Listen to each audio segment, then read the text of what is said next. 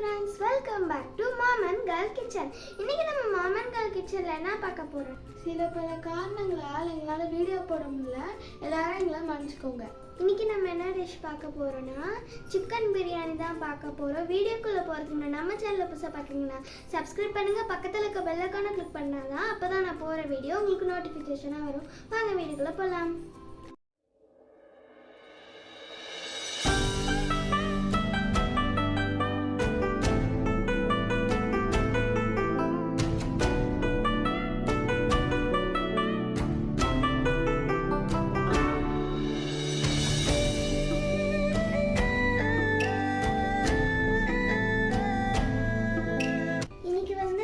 பிரியாணி செய்ய போறேன். அதுக்கு வந்து குக்கர் வச்சு ஸ்டவ் ஆன் பண்ணிக்கலாம். இப்ப குக்கர் சூடாகட்டும்.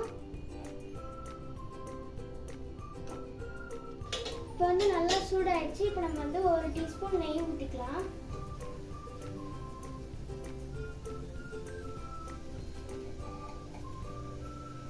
இப்போ வந்து தேவையான அளவு கடலை எண்ணெய் ஊற்றிக்கலாம். இது ரெண்டுமே ஹீட் ஆகட்டும். இப்போ வந்து எண்ணெய் நல்லா காஞ்சிச்சு. இப்போ நம்ம பிரியாணியில பட்டை, 2 கிராம்பு, 2 ஏலக்காய், கல்வாசி போட்டு நல்லா வதக்கிக்கலாம்.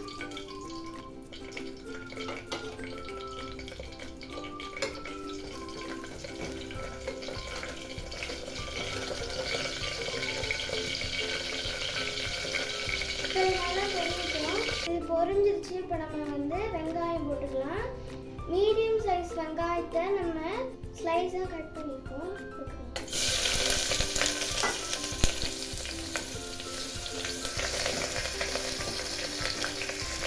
நம்ம இந்த வெங்காயத்தை வந்து கோல்டன் ப்ரௌன் ஆகிற வரைக்கும் வதக்கிக்கலாம். இப்போ வந்து வெங்காயம் நல்லா ப்ரௌன் கலர் ஆகிறதுக்குள்ள நம்ம பிரியாணி பேஸ்ட் அரைச்சிடலாம். இப்போ நான் வந்து சின்ன வெங்காயம் ஆட் பண்ணிக்கிறேன். இப்போ வந்து பூண்டு, இப்போ இஞ்சி, புதினா இதெல்லாம் சேர்த்து அரைச்சு எடுத்துக்கலாம். இப்போ நம்ம இதெல்லாம் அரைச்சு எடுத்தாச்சு. இப்போ வந்து வெங்காயம் வந்து நல்லா ப்ரௌன் கலர் ஆயிடுச்சு. இப்போ நம்ம பிரியாணி பேஸ்ட் எடுத்து இதில் ஆட் பண்ணிக்கலாம்.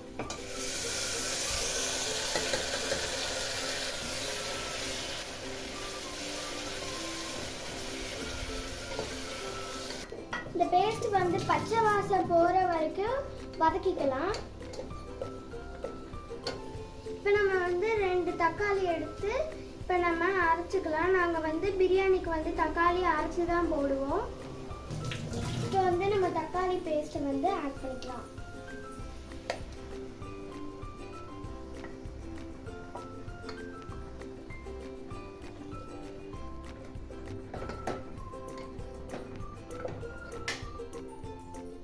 இதுவும் நல்லா பச்சை வாசனை போற வரைக்கும் நல்லா வதக்கிக்கலாம்.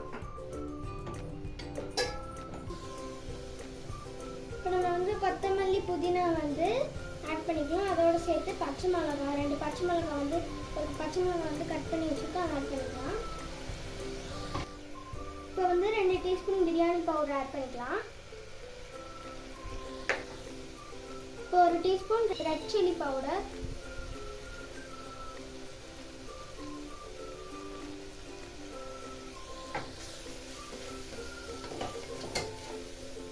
இப்போ வந்து 1/2 டீஸ்பூன் கரம் மசாலா,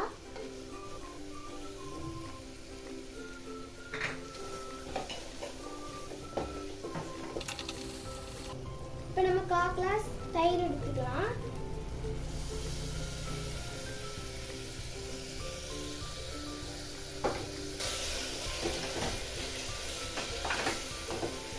கமகமன் வாசனை வருது. இப்போ நம்ம வந்து சிக்கன் வந்து ஆட் பண்ணிக்கலாம்.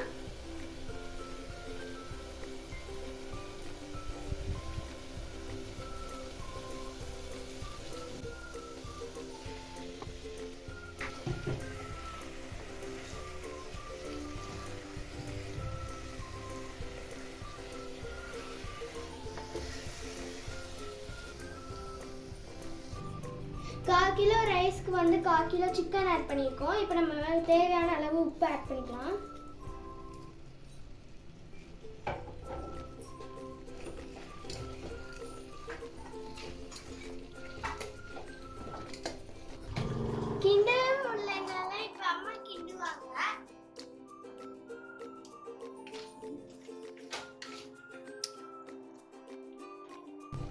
சீரக சம்பா ரைஸ் எடுத்துக்கோ, அதுல கழுவின தண்ணியை ஊத்திக்கலாம். இப்போ நம்ம ஒரு கிளாஸ் ரைஸ் எடுத்துருக்கோம். ஒரு கிளாஸ் அரிசிக்கு 2 கிளாஸ் தண்ணி. இப்போ நம்ம 2வது கிளாஸ் தண்ணி ஊற்றலாம். அரிசிக்கான தண்ணி ஏன் நான் ஊத்துனேன்னா அப்பதான் வாசனையா இருக்கும், அதனால ஊத்துனேன்.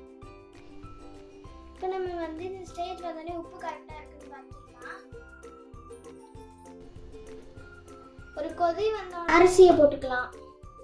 அது வரைக்கும் வெயிட் பண்ணலாம். இப்போ பிரியாணி நல்லா கொதிச்சிருச்சு. இப்போ நம்ம ரைஸ் போட்டுக்கலாம்.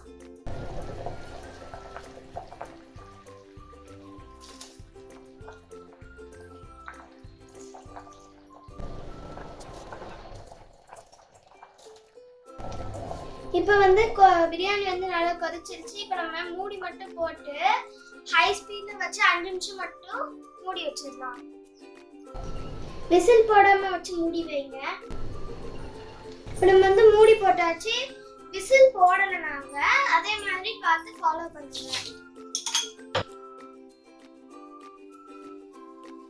இப்போ 5 மினிட்ஸ் ஆயிடுச்சு. அடுப்பு கம்மி பண்ணி ஓபன் பண்ணி பார்க்கலாம். ஏன்னா தண்ணியா தான்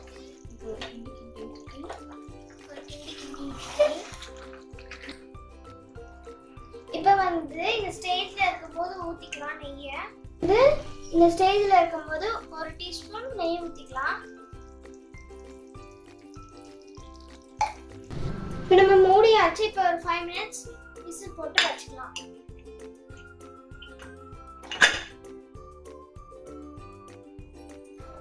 இப்போ 5 நிமிஷம் ஆயிடுச்சு. இப்போ நம்ம அடுப்பு ஆஃப் பண்ணிக்கலாம். எல்லாரும் பாத்திரத்துல வச்சா தம் போடுவாங்க. அதுக்கு பதிலா நம்ம குக்கர் வச்சிருக்கோம். விசில் போட்டு 10 நிமிஷம் அப்படியே இருக்கட்டும். எதனாலனா உள்ள இருக்க ஆவிலாம் வெளியே போகணும். அதுக்கப்புறம் திறந்து நம்ம பிரியாணி எப்படி இருக்குன்னு பார்க்கலாம்.